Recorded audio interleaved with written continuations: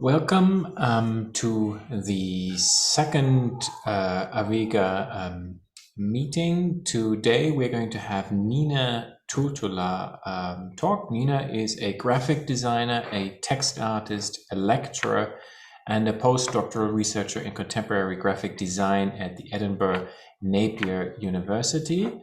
And I think in 2020, if I'm correct, she finished a doctoral dissertation in her native Finland. And I hope what I'm saying is more or less accurate. And she today she's going to talk about some of the outcome of that project. The title of her talk is Text as an Estranged Typographic Form. And she's going to show us three artworks in which the role of the graphic designer as an author, researcher, and artist is discussed. I keep it that short. And Niina, the floor is yours. Thank you. Thank you very much for the invitation, and it's wonderful to be part of this team. And I will share my screen. So yes, I'm calling from Edinburgh, where I've just recently started a position as a lecturer of graphic design and pursuing my postdoctoral research. Okay. This is always the exciting part.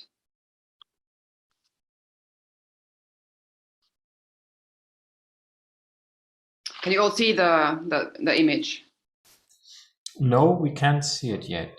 Okay, let me retry there. Yes, we can see it. Okay. Then, oops, let's go back. Okay, it's in its full screen. Okay. Okay.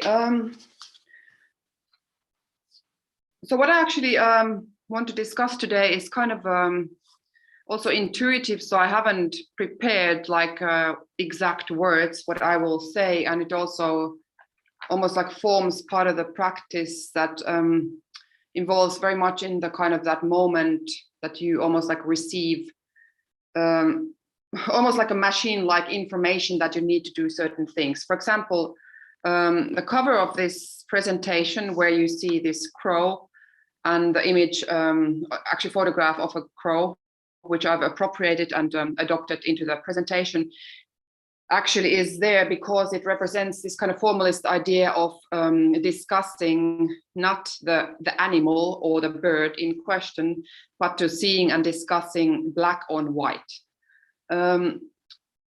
This kind of postdoctoral research, what I'm working on now, I'm really trying to get to the discussion of actually words and language as a kind of pure form, instead of having this, and instead I've had this continuous almost like strain going back to the contents, which I'm at the same time using as almost like material. So I'm trying to describe a phenomena in my work, which is this kind of back and forward machine-like, or that's how I would describe it, almost like machine-like behavior that you, like I need to produce certain works.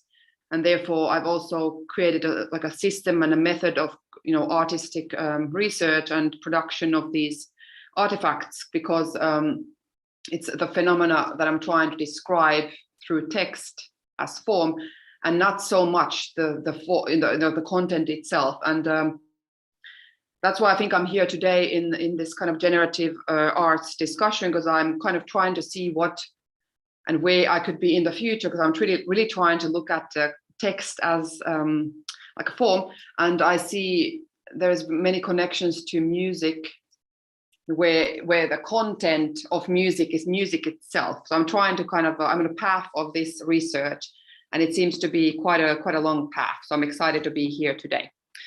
So I explain a bit about the kind of the history of where I got into this kind of research in the first place. And I was wondering how to understand text and meaning through typographic form in the middle of absence of that same like meaning. I found the news texts rather absurd in general, actually, in many ways. And I started to kind of take these texts and create artistic work and typographic work that kind of lingers in between contemporary art and graphic design. But at the same time, I was trying to kind of step away from that, and knowingly stepping away from that conventional kind of purist graphic design, but using that as a kind of device to deform the kind of the conventions. And I realized that there's quite a lot in that little, almost like a pot that I opened, that it's actually quite a sensitive, at the same time sensitive but interesting area of how can you discuss text as pure form, and at the same time almost as if there was nothing to really discuss. So I realize it's a rather complex kind of system that I'm trying to depict. But somewhere inside of me already in 2012, when I made this work, Pink Text Set in Info, which refers to info is a typeface, it's a name of a typeface, and of course infographics. So for me, that was a bit of actually more of a parody than attempt for me to personally discuss these weird news texts that I appropriated. And in the first work in 2012, and like you see now already, I didn't promise to talk about this work, and here I am talking exactly what I said I wouldn't, but I think it's relevant to kind of bring this kind of background.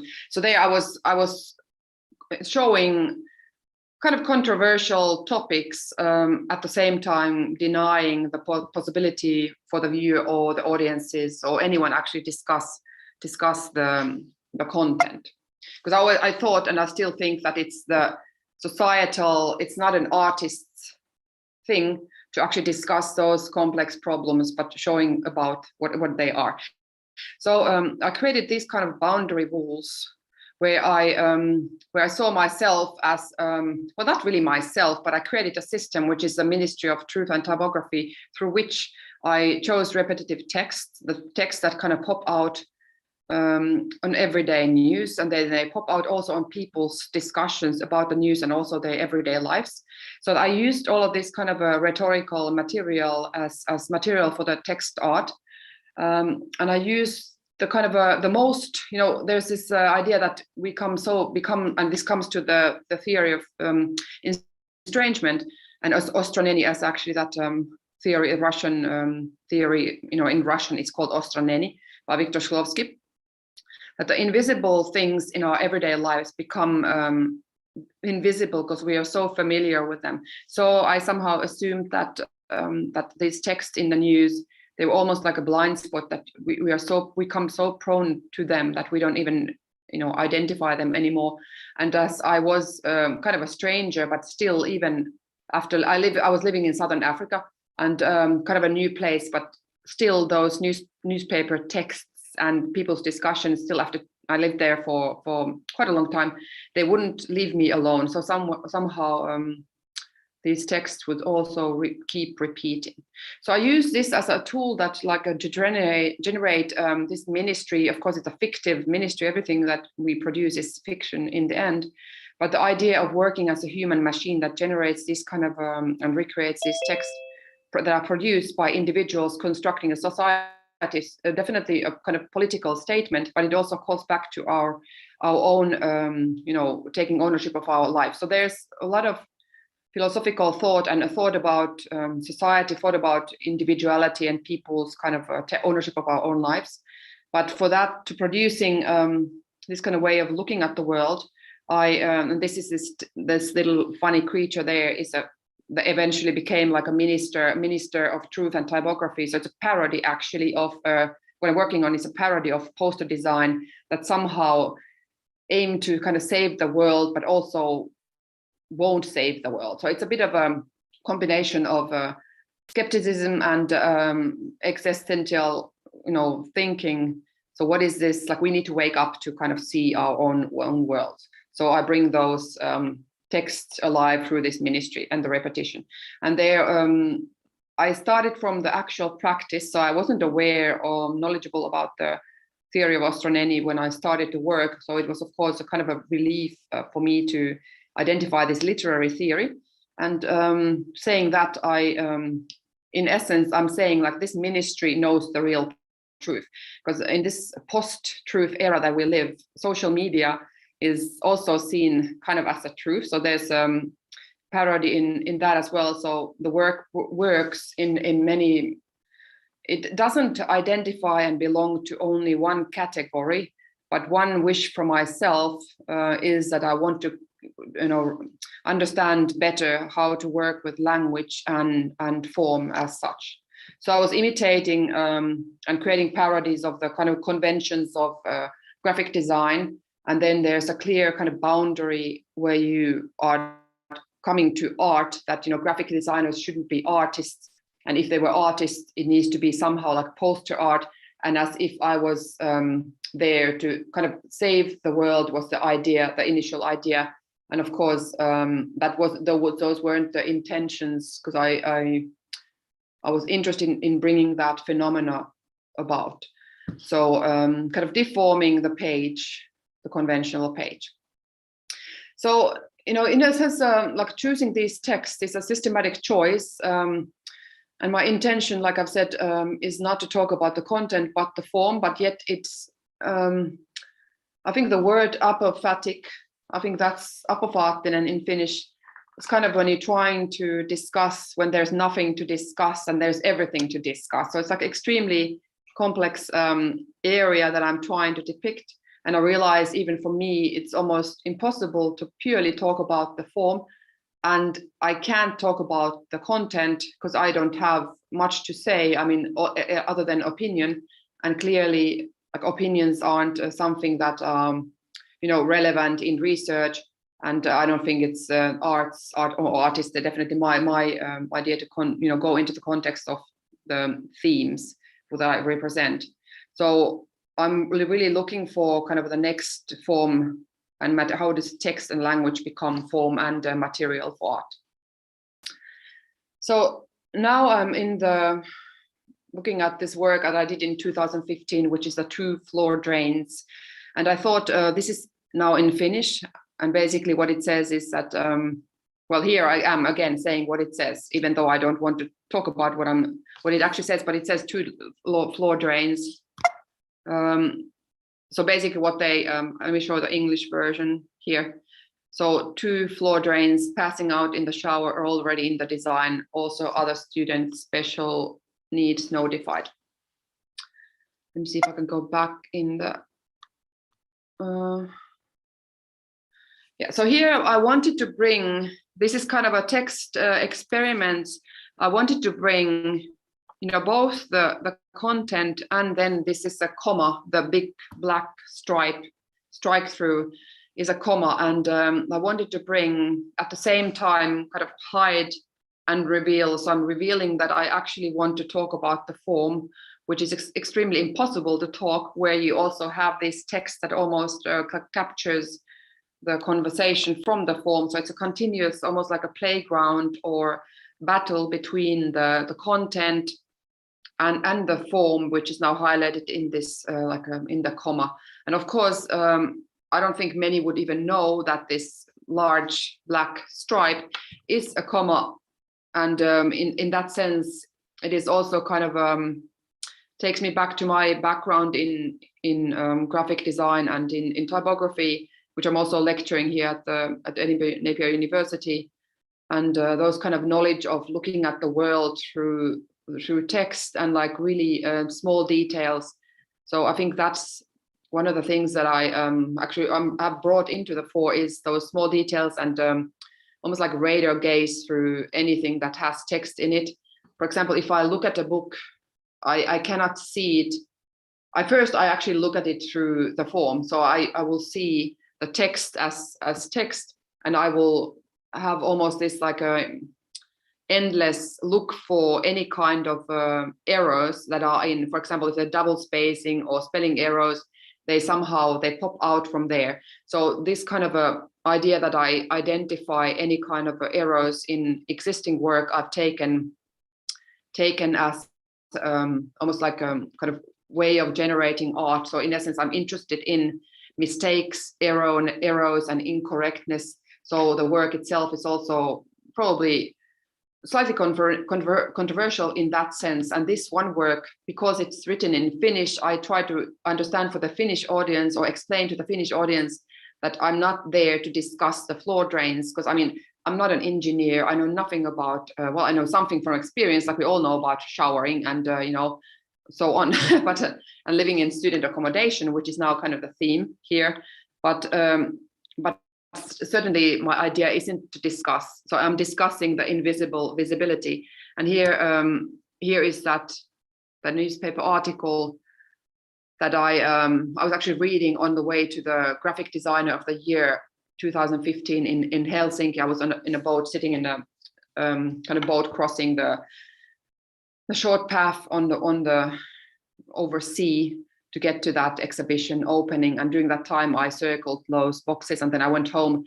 I created the poster, and I have also restrictions for the work. So basically, I will use maximum an hour per work. So that's when I will stop whether or not I felt like it's ready or not ready. And it's also fighting this idea of kind of typographic perfection, and my background is in exactly there, you know, in typographic perfection, like science of a book and the beauty of the book and book as an artifact. So I'm deforming the page by creating quickly anything that I feel like that text needs to generate.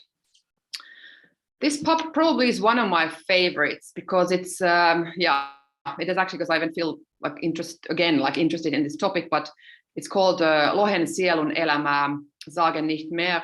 And Lohen sielun elämä means the kind of spiritual life of a salmon. And that day, so when I'm saying that day, it's that 16th of September 2015, I really felt like what is nothingness, kind of how can I materialize nothingness through text?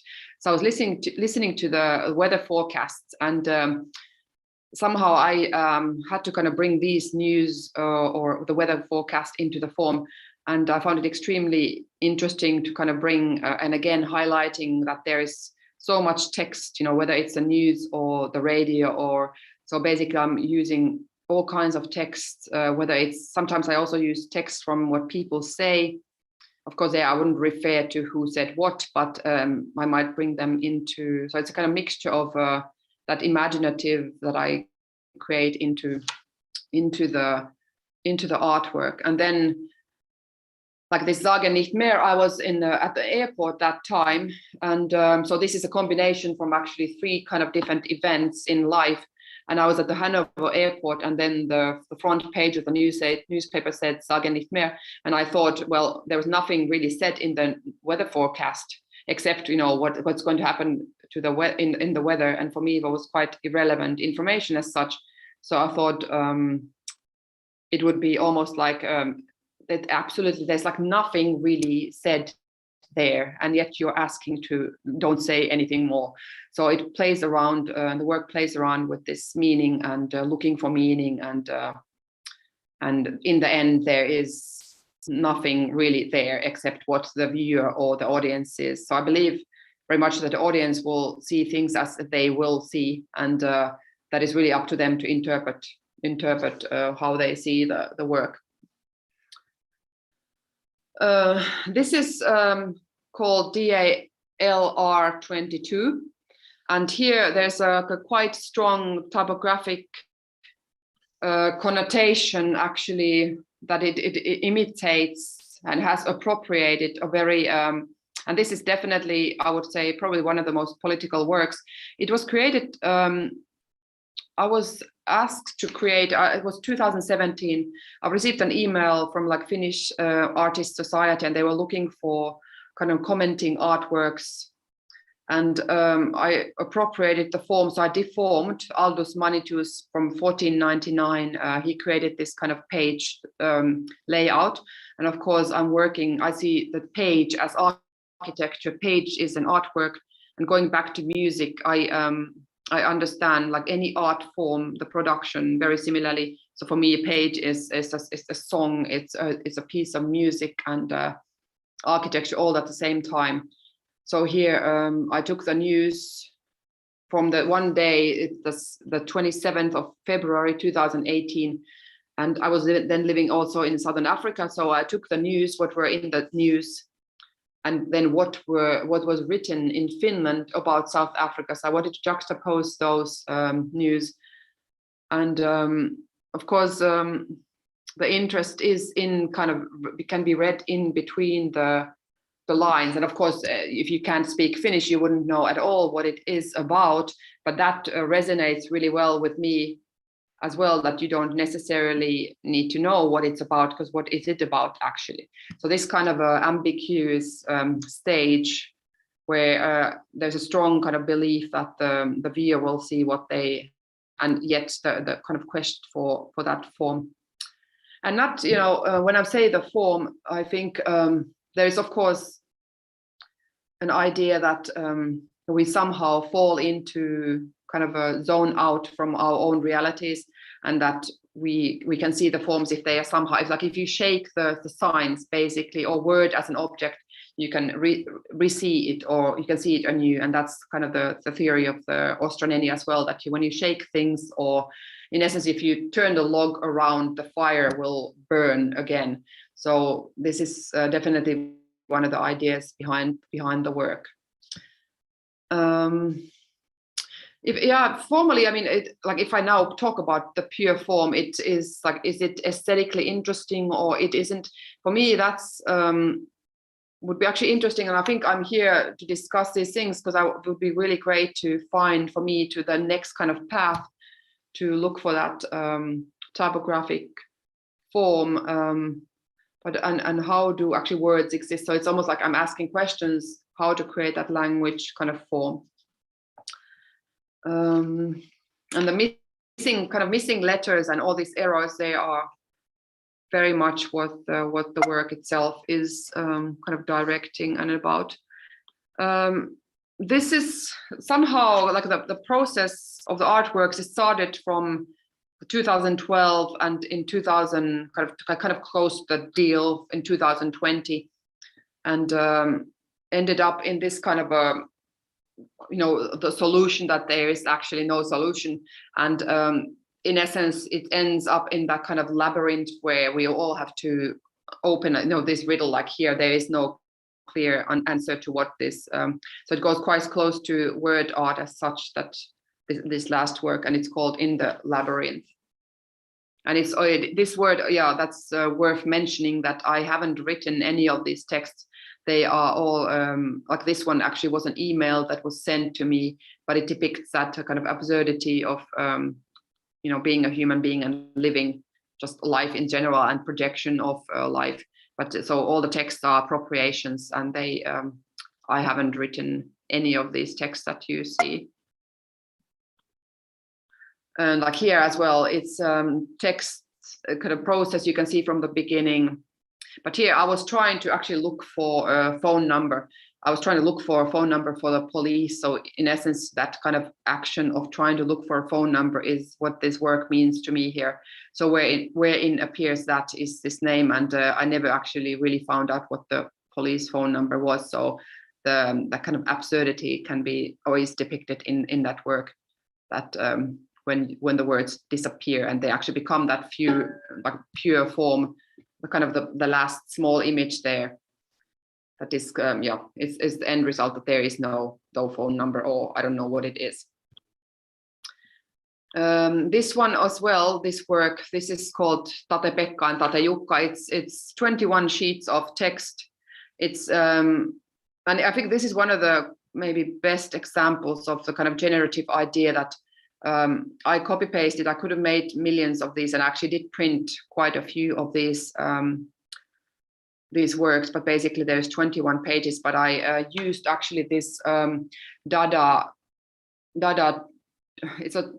Somebody has created a wonderful machine online where I can transform all the texts into kind of nonsense. So basically it mixes the words in order. So basically this is one of my favorites in that sense, because here you don't anymore know the source text, and some of these texts are quite clear in that sense that you can maybe even understand what the beginning of the kind of text was in the newspapers, what somebody said. So it goes back to the source, but this work, you don't anymore know what is, and of course this is also in Finnish, but basically the idea is that I will mix the texts,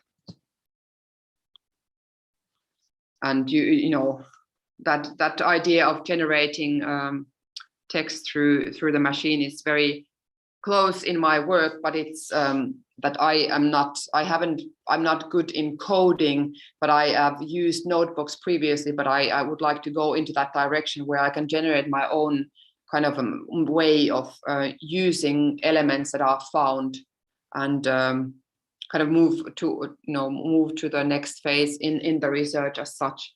So basically this is 21 pages of text taken from 3 different books, and it mixes the kind of whole content. And here again, you know, the beginning is this is one out of the 21 pages, and the last ones you can see that the blurs, some of the words are blurred out. So of course those are the ones that are, you know, squashed together, are getting to that point where they have no relevance as you know, as a content anymore. But basically, I've taken texts that talk about the Finnish people visiting Africa and what they see, and they visited there many times, and so that's kind of the bats are flying. So I'm juxtaposing this kind of images of what we assume of places and what kind of travel stories. Maybe I actually haven't looked at the time at all, but here, this is one of my latest works, actually printed in Helsingin Sanomat, which is a national newspaper of, or one of the recent works from June. And I was super excited about this work because actually, first you need to find the work. And the work interests me in that is hidden. Again, it's like hidden.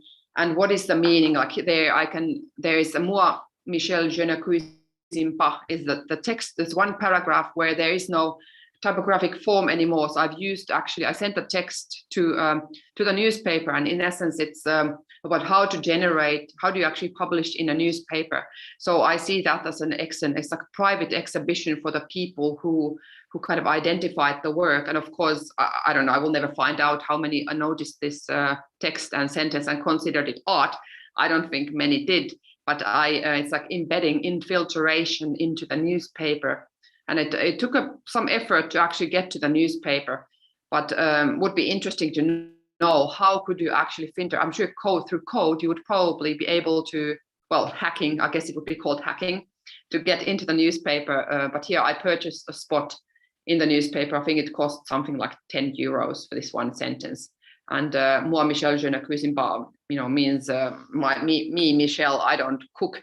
And that is the content there for me is there was a discussion about the Finnish prime minister, and she was arranging some kind of her morning duties, basically eating breakfast and who pays the breakfast. And it's such an irrelevant, absurd discussion, which I then transformed into this moi, Michel, je ne cuisine pas, and that's basically kind of start of something, but I don't know, I've created also 180 other pages that are more interesting in their look, but somehow, and they will become something, but this interests me in a way that you need to, again, somehow be alert in this world to not get filtered into with this all the texts that surround us.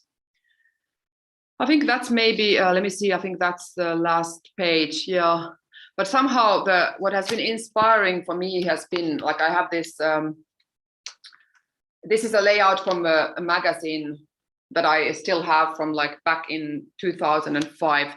It's creates my interest in typography as you know, as a kind of a device to discuss arts and kind of experiencing what it looks like, experiencing the world through detailed kind of radar vision and of course interpretation. But also there's this idea of kind of fighting the obvious, the easy, like this newspaper page would be too easy if it was just seen as that newspaper page. But actually, there could be so much more to life if we actually saw all these small nuances. So I think that's the fight between the content and the form, and my direction is somehow towards understanding text and language as a kind of a comparable to music and so on. That's kind of the road in research where I am. I would, I think that's kind of what I have to say here now, and I'm interested in the questions and discussions and anything you would like to share. Well, thank you so much, Niina. This was great. I have a couple of sort of ideas, associations, and things that came up while you were speaking. Maybe I can just start with that while the others are maybe thinking about their questions. So I thought about music as a musician. Of course, I was thinking about music, and I was thinking about that there is something in the written texts that is sort of an excess of language, something that's more than the language itself, that also seems to sort of trigger your work in a certain way. And that's actually something that I think, I haven't been exposed to a lot of Finnish, but whenever I see it to me, like there's almost no European language that is so obviously where that excess is there because of all the doublings of the letters and so on. You immediately see the typography and you feel the characters in the letters. And of course, I don't know any Finnish, but I immediately recognize it when I see it. And then I also thought from a musical perspective that, of course, for music, it comes sort of from the other, language is written, obviously, but it's also spoken. And there's also an access to speech, which in some sense is connected to singing. It's almost like singing is the access of language in the other end. So like, I was thinking like, how could this be performed? How could this be sung? I was thinking of some practices by some people like Jennifer Walsh, for example. I don't know if you know her, she's a composer, but she also sings. And she uses a lot of, in a way, she works similar to you, that she sort of samples things, texts, phrases, manners of speaking that people have and so on. Okay, and then musically works with them. And so yeah, I was kind of, this is just some association in a way. It's not such what's her name again? Can you say the name again? Jennifer Walsh, like Walshe. Okay. Sounds interesting, yeah. Because using the words, it's exactly that, when you speak or you say something, then can it exactly, because it is actually quite an interesting, for me, I think it's quite an interesting place, because you're saying something and at the same time you're trying to, and of course there's like from literary side and literary arts, there's quite a lot, like Oulipo as they created this restriction and but yeah, that's quite interesting. Yeah, thank you.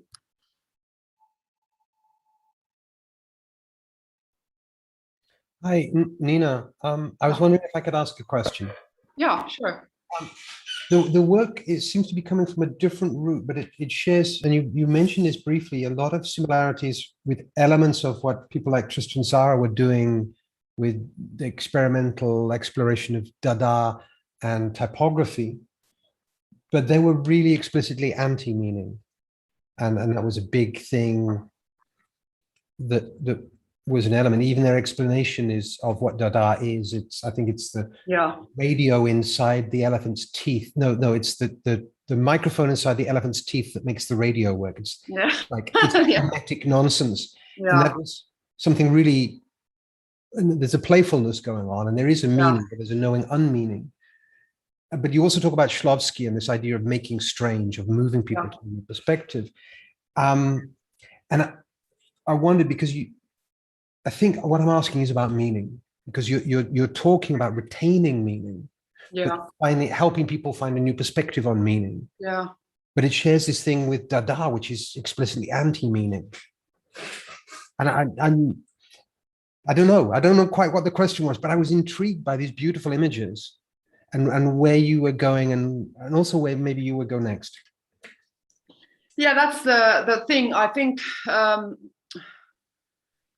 exactly. I think that's exactly it. Like the kind of the absence. I somehow I realized that there seems to be almost like a holistically, there seemed to be that there is like the search for meaning, to trying to understand what's going on in the world, you know, through the texts. So they're quite provocative in that sense, because I think I came to the point where I couldn't understand really why these kind of texts they're just like repeating. And I think that feeling of almost that you can't change these things. So in essence, almost like kind of desperation that will, you know, things are just continue, like the production never ends. Like it's my job for myself to kind of, you know, come to a conclusion that, you know, this seems to be the world around. And I think it's somehow quite maybe there is involved an understanding of this kind of a impossibility to control life, or so some kind of almost disparity. But at the same time, when you traverse or turn it around, and there is not only like Viktor Šklovsky, but there's this the idea of carnivalism, which comes from literature theories as well, Bakhtin's and then Dostoevsky's polyphony. So I realized that actually when you almost like you understand that the world is absurd, and that realization, I think, is one of the kind of keys in the work, which is embedded almost like in between the lines, that the world is absurd, and I will never be able to understand exactly what this world is about. But we humans, we actually could, as individuals, somehow, you know, change our by behaving, like changing our behavior. And I had when I used to post the work on the streets, and I actually thought that it's like kind of like you know, I had this like absurd idea that the same people, any of us, whoever is in the news, kind of producing the news as part of like a machinery of production of the news, they would see themselves in art. And I think that absurd idea is like so absurd that it became like really interested, that when I leave works to be visible on the streets, and I chose the streets as a publishing venue because, well, first of all, you know, my work that I submitted, that I showed you in the beginning, they didn't want to exhibit it because clearly the discussion wasn't appropriate. They didn't want to exhibit it for content reasons. So then instead, I created an exhibition on the streets. So it started from kind of that, and it's kind of a long story, but to put it short, I appropriated a government project where they were, in my opinion, talking nonsense when they actually didn't approach the real topic. So the kind of idea of a ministry now approaching the real topic. So yeah, the meaning is there that the real topics are now exhibited by this ministry, that nobody knows what it's about. So all the work in the beginning still depends, you know, if I put my name down or it doesn't, but it's not the point, or it never has been the point. And yeah, so it's been more like that kind of almost, you don't know what the meaning is, but there's like in between the lines. So it kind of complicating the form and creating that almost like the labyrinth is the meaning in the work itself. Creating that kind of, what is this, is in essence the outcome. I've come to the conclusion. Yeah, I think that's kind of the outcome. If you understand it, then what does that mean? Of course, that would be interesting, but it's not my ultimate, I think, aim to understand how it's perceived. But yeah, some kind of a human behavior repetition, because at some point I could almost anticipate what the people will tell me if I give them the work. I could predict, and that's crazy. How can I predict what people say, what their reactions are? I mean, that's really absurd to the point. So yeah. I don't know if I answered the question. Long answer. I think you did, but I love particularly you talking about wanting to engage in the absurd, and yeah, like maybe you're deliberately subverting by making new impenetrable meaning. I love you talking about making essentially your own salon de refusé. Yeah, exactly. That's awesome. Yeah, honestly, I was like, stuff you guys, you know, you don't want this, you're gonna get it. And in the end, actually, that's one of the kind of stories behind there, that in the end, some people thought that I actually was, because it was like a big exhibition in Namibia, that's where I lived, and Germany, they're kind of, these countries have a official exhibition whether they don't want to show the work. So I appropriated their project logo, and in the end, some people thought, because they knew me, they thought that I had arranged that whole the project with Namibia and Germany. I was like, yippee! But yeah, it was a bit crazy. Yeah, so there is the clear sense of play, but it's playing with kind of the absurdity of the world. Yeah, and I think that's the kind of the direction I'm waiting to kind of recover from my whole thesis, so I can, I don't know if you can ever fully recover, but at least, that absurdity and that kind of Olympian word play is definitely the direction, and that's great questions and comments. I think that's lovely. And also, like from the Salon de Refusé, we get whether it is Duchamp's or not. I think there's now some controversy about that. But the fountain is repurposed. Let's really mess with your head kind of meaning. Yeah, exactly. Which I love. And I'm embarrassed to say I can't remember the name of the female artist that he's apparently appropriated that from. But that was a really interesting recent revelation. But messing with people's heads. I think that's exactly. I was listening to your presentation actually last week, but I was on YouTube, so I wasn't on this channel. And I thought exactly that kind of messing. I think I found some kind of recipe actually how it's done, and because it's so many people have actually been a bit pissed off, to be honest. I think that's the right word to use, pissed off. And I just go and I leave the documents. Like I've had my personal exhibition at the Contemporary Art Museum of Kiasma in 2016, 15th of September. They're not even aware of that exhibition, but I distributed my work that, this 2 floor drains, I distributed it into the corridors of the exhibition. And like that for me is real exhibition. I'm not going to ask them, can I please come and exhibit my work? Of course, it comes difficult. Like when do I become to act like a real artist, exhibiting in the galleries? That, when do I want to go to the big galleries? Of course, it's quite a lonely place, to be honest, but I find it extremely difficult to fit into the things what I should be doing. So I keep doing what I shouldn't be doing. It's almost like in the DNA, and it's crazy. So I have to take it as it comes, follow that path. I think that's fabulous, absolutely fabulous. And I love that you're going and putting your own work in the galleries that you want to put them in. Yeah. Thank you. I have a question, if I may. Yeah. It was a very interesting presentation. So my background is in music composition mainly, and listening to your presentation, it was interesting when you referred to this dichotomy between form and content.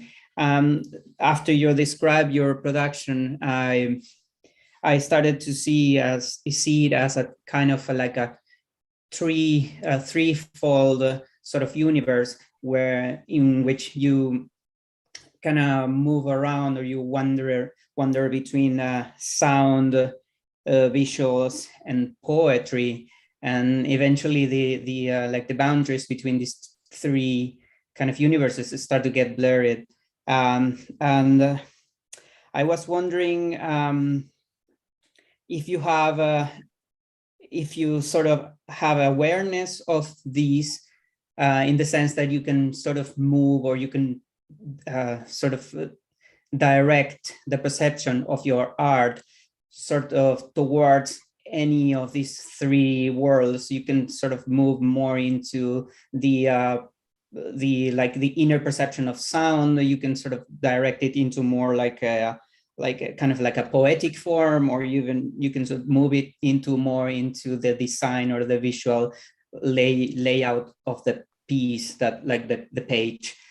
So do you feel like that? Is that how you see your work, is in this kind of interdisciplinary continuum?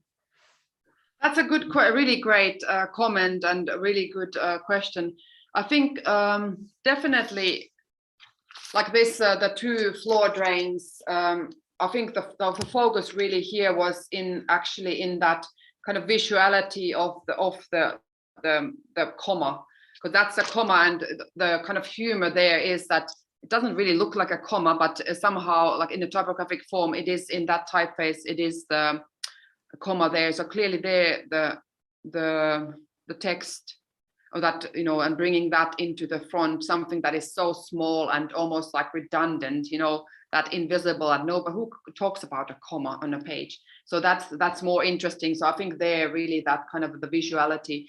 But then in the other one, DALRR, there it's actually more like a poetic form. But they actually, yeah, it's more poetic because the words are quite gruesome. So I had to kind of put them into this. And Aldous Manutius from 1499.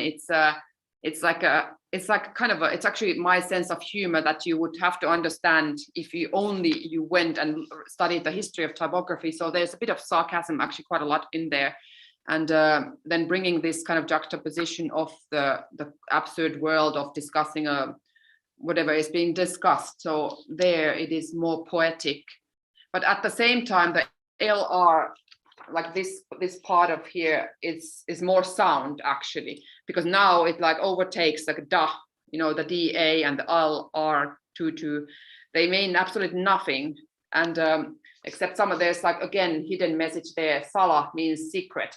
So it's like secret, like the secret is that there will be no direct meaning, and if you can figure it out, you know, it's going to be a whole process. So in essence, that's a personal message from me, that you would have to live in this kind of absurdity amongst the news to understand the news and to understand the world. So in essence, I definitely have felt like I'm somehow not one of us, like whoever is us, the majority, the ones who say that I can't exhibit because I should be doing certain things. I know, yeah, so I think it's actually it is really valuable feedback I am receiving, because yeah, that actually the work around those areas, and in my thesis I struggle to get away from the content. It's just a continuous drag that drags me, but at the same time it produces the work, and that's why I'm actually quite excited now, because yeah, that's a really great point that I see actually now. Yeah, and I think that's the direction to start to write articles, because I want to publish, but I want to get rid of that certain things which are not necessary in the work anymore to discuss. Yeah, thank you. Yeah, I think maybe related to that estrangement, I mean, I'm also active in the field of music, and when I was studying, we all, discussed quite a lot Pierre Schaeffer and this musique concrète. And his aim also was somehow to remove the actual, like the producer of the sound, and the sound as a kind of, just as a sound itself, yeah, very pure somehow. And he discussed also certain techniques that he would use to do this, to achieve that. Yeah. So in a way, what you're doing is somehow achieving that with text, which I think is even somewhat maybe harder than with sound. I mean, sound is kind of easy to depends a bit on the sound, of course, but yeah.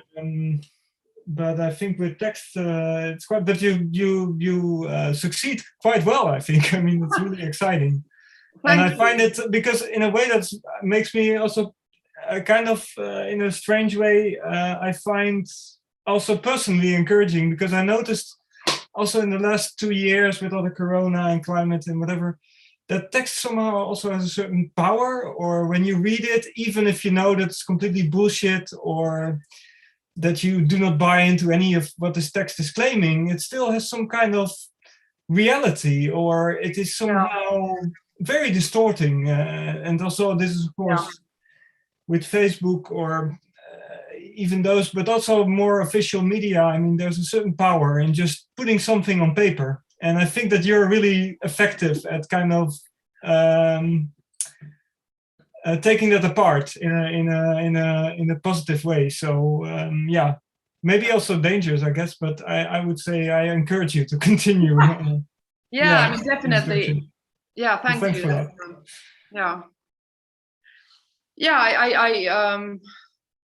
I did the work kind of started from observation. I observed how these institutes of power actually function and how they distribute. Of course, you know, the signature, the stamp, they are appropriation of how ministries, like my ministry. Of course, the whole idea was to like hear the signature, what are you looking at? I'm asking, what are we looking at as human beings? And this is a direct appropriation. I worked for government as a civil servant, as a graphic design lecturer for 4 years. So I took everything I received from them and I gave it back to them, in essence, on the streets. So that's kind of the read between the lines.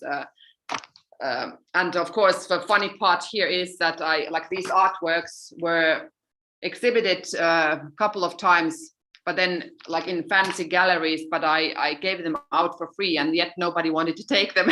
So that's my humor. And there's a bit of that kind of, yeah, you can think it's somehow, I think I'm, more clever than, but it's not actually that. It's almost like a sense of humor that I have, that I'm interested in, instead of creating those artifacts and design objects that people want to buy to their homes. I'm saying this is a design object, take it for free for your home, if you understand that it's a design object. But then it's not, because I know it will probably fold it, and I've given that work to people and they fold it and put it in their pocket. And that for me is like,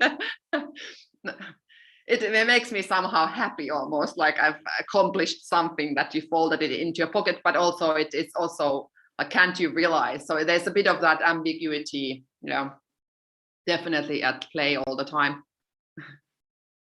I think you might be, it's a bit a hard book, but I'm currently reading a book that's called From Darwin to Derrida, and it's about genetics and the way that, but he also talks about memes in a way, and how text spreads and text and ideas spread themselves. What is the name? Derrida? It's the book is called From Darwin to Derrida. I think it's by Jack Haig. He's a biologist, but he's very much like also interested in the way that text and ideas through text spread, and how there can be a split between the people that create the ideas and write them down, but also in a way their own. But I'm only in the first chapters, and it is not an easy book, but you might enjoy it, I think, because it does. I think it's related to the area that you're into. So yeah. And of course, Derrida has written about text, and I have actually that book, but I somehow think I waited for the moment to kind of get all this other literary. I really didn't intentionally. I realized I'm drifting into literature theories to understand, which is like really great, because it's helped me a lot to understand the work and that whole Ostraneni. I was celebrating that day when I found that. I was like, yippee, honestly, this is absolutely normal. Like, that was like really, and then I realized that there are so many ways. And one is Derrida and reading Derrida in the text. And then this kind of a text as form, but text as also as a knowledge production kind of tools. In essence, I'm creating the post-truth, which is anything can be the truth. It's a question of where. So there's quite a lot of, these days, social media, the reality is created in social media again, in our text chats, and then we believe that. So where's exactly? So it plays a lot with that. Yeah. Oh, thanks for that. Yeah, maybe it's time for Derrida. Yeah, it's not easy.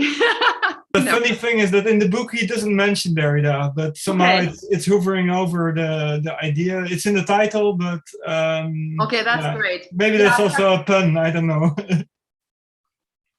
I actually, before this, I drew this image here. It's like my work is that center, and I never go to the center. It's like the cat kissa, like cat. I finished. There's a saying that the cat walks around the hot porridge, so that you're not gonna go into. You just talk about.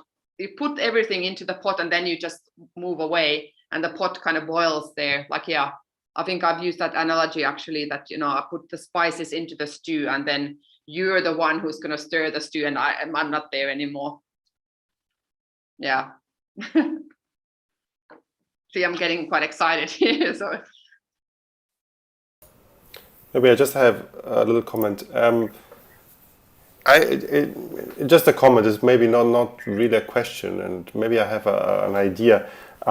I've worked recently, actually, together with Luc and Gerhard and Ludwig, also with a small project which has not gone far, where we try to work with text and language in a very, so to say, form material detached way, and I really feel that kind of also anger or that kind of very strong emotions that arise in the moment when you, especially when working with language, you try to tear form and material and content apart.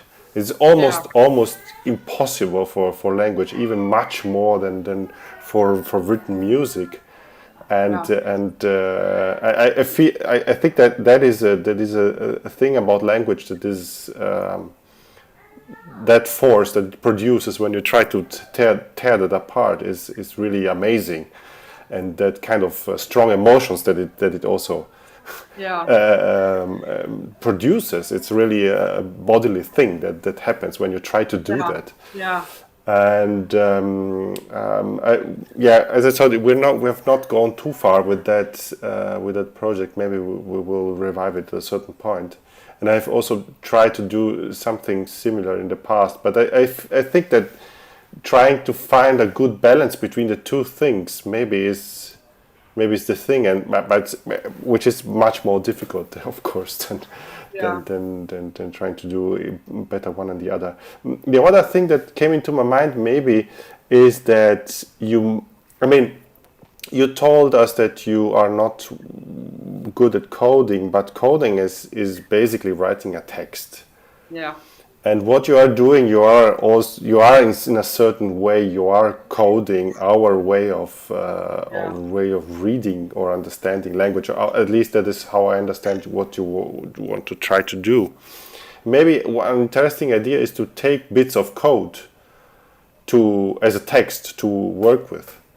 And that maybe also produce some self-referential movements in that figures that you can produce out of that text, in order you can take it as a sort of algorithm that modifies the very text that you are typesetting on a page. I don't know.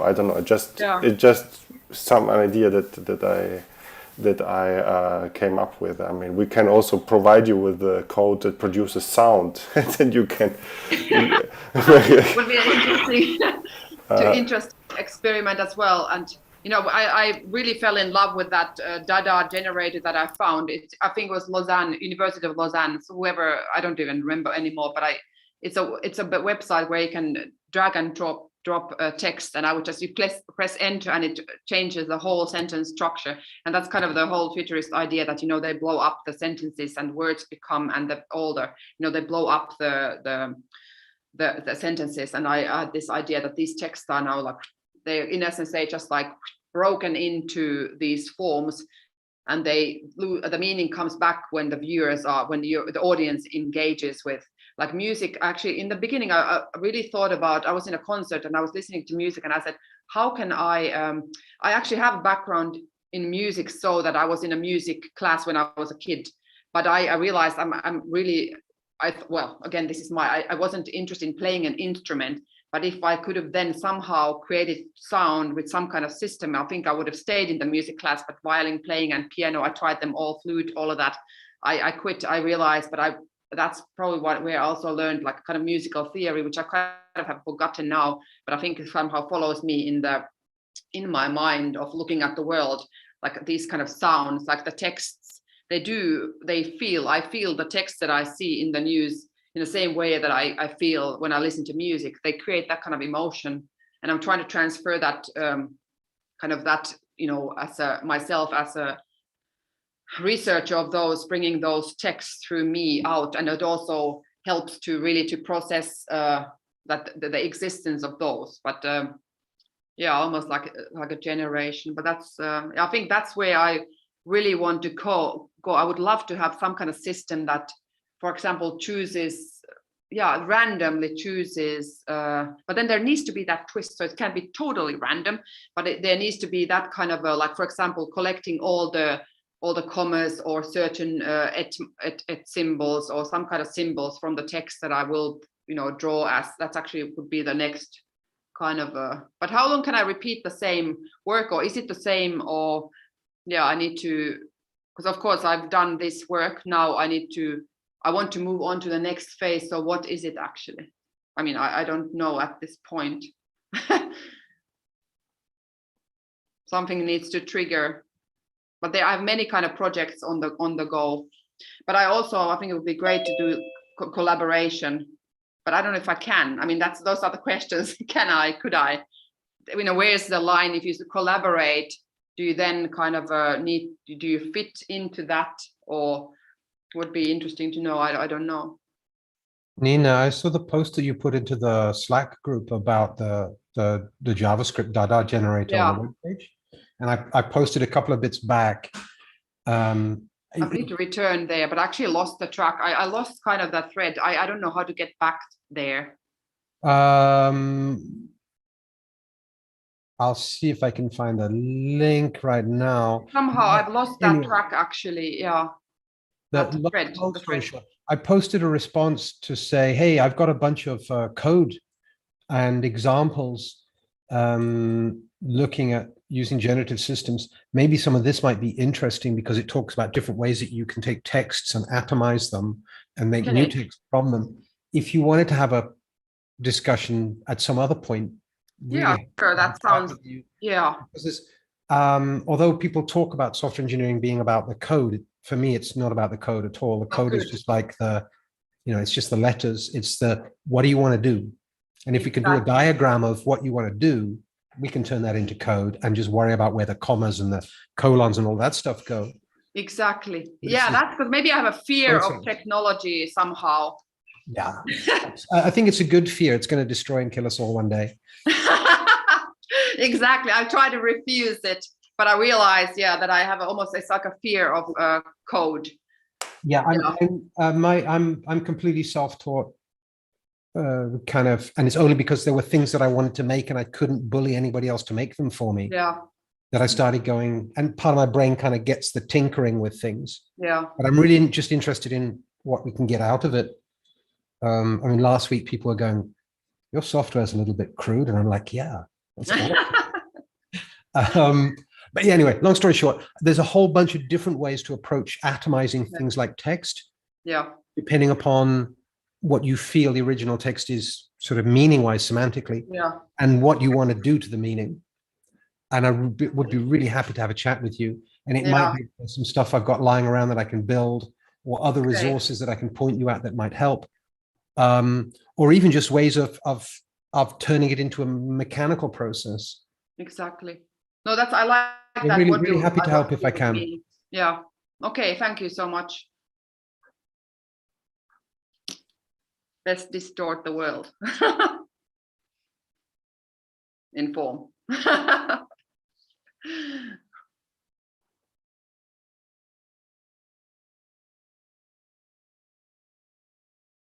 Oh, there's a silence. Empty page. We're back in the empty page.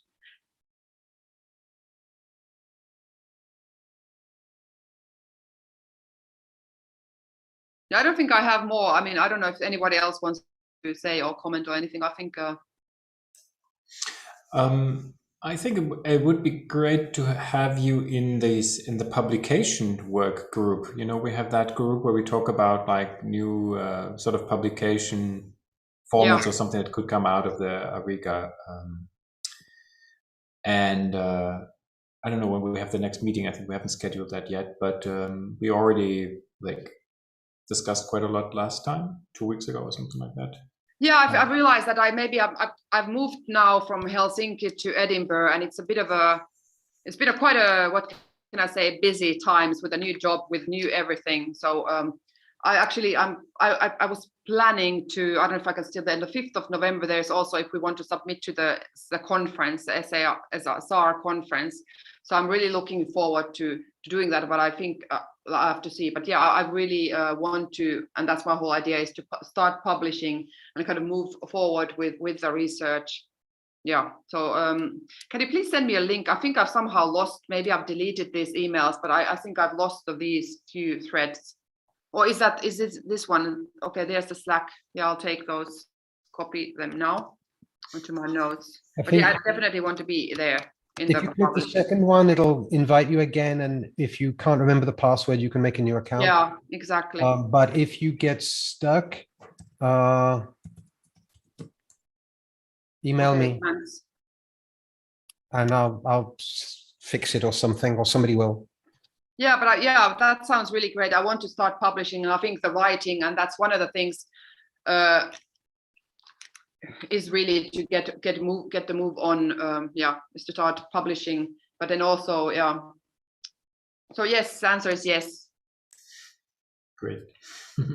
Long answer.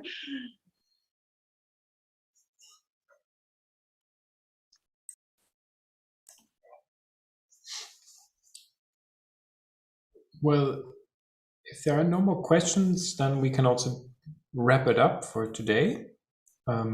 Thank you so much, Niina. This was great. I enjoyed it a lot.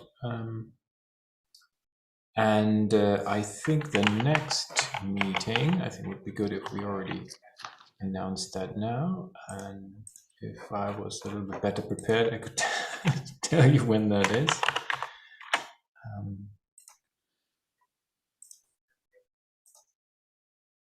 I'm looking at it now. So the next meeting is on November 23rd, and that's Marinos.